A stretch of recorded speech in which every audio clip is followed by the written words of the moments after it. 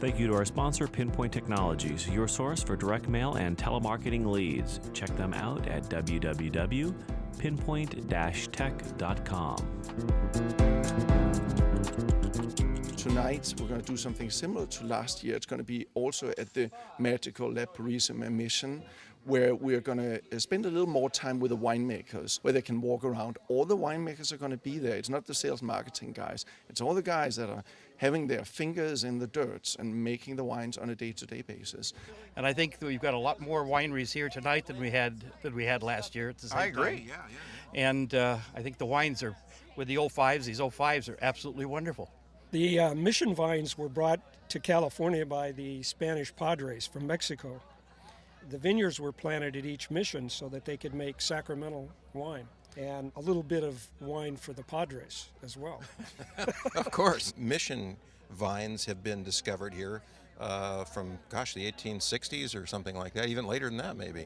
And the clone is actually a genetically identical version of Pinot Noir that has been propagated from a single mother source, so that all the progeny, all the cuttings are basically identical to the mother vine that they're propagated from. There's a lot of abuse of that word because a lot of the selections that people are calling clones are actually simply selections. They're not really necessarily diverse from other Pinot Noir that's in other vineyards, so it's really hard to say what is a clone and what is not. It's actually my job to confuse people, and I'm really good at it. And instigate. I like to do that as long as I can get people to be confused and to come to blows, hopefully, over Pinot Noir. Well, it's my responsibility to keep all the other sommeliers in line. The thing is that these are winemakers. So either I use a cattle prod or I resort to a time-honored method, tecate, in the can, by noon. Well, actually, there are a few serious things that go into it in advance. And then really it's a matter of making sure that people go out in waves and pour all the same wine at the same time. They don't pour too much. They don't drip. They pour quickly, efficiently. We turn the room. Those are the things that we really need to do. So is there a food-friendly Santa Rita Hills Pinot? Yes. But it really depends what you're eating. I'm suggesting mole, searing hot. I try to let the vineyard pretty much speak for itself and pick it when all parameters are in place and good acidity, and bring that into the winery so it pretty much makes itself in the winery without having to add anything to it. It shows the true terroir.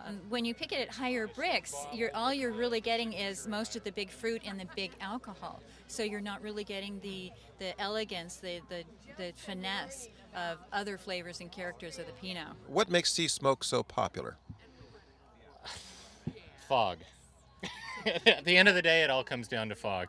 Well, it's not just sea smoke. I mean, this appellation does this. Clearly, sea smoke is about location, but Santa Rita Hills is about location. And so if you've tasted around tonight, you know the quality level that you see, generally speaking, in Pinot Noir from this appellation. It's very difficult to make poor wines in this appellation. And as you know, I'm the dirt farmer for sea smoke, so I get to play in the dirt and I get to see that fog. And it makes what is otherwise a really silly place to grow Pinot Noir. I mean, if you think about where we are in the world, latitude of Tunisia, in a desert called Southern California, which is a ridiculous place to even think about growing Pinot Noir, that fog, that's what makes this Pinot Noir territory. So it's not just sea smoke.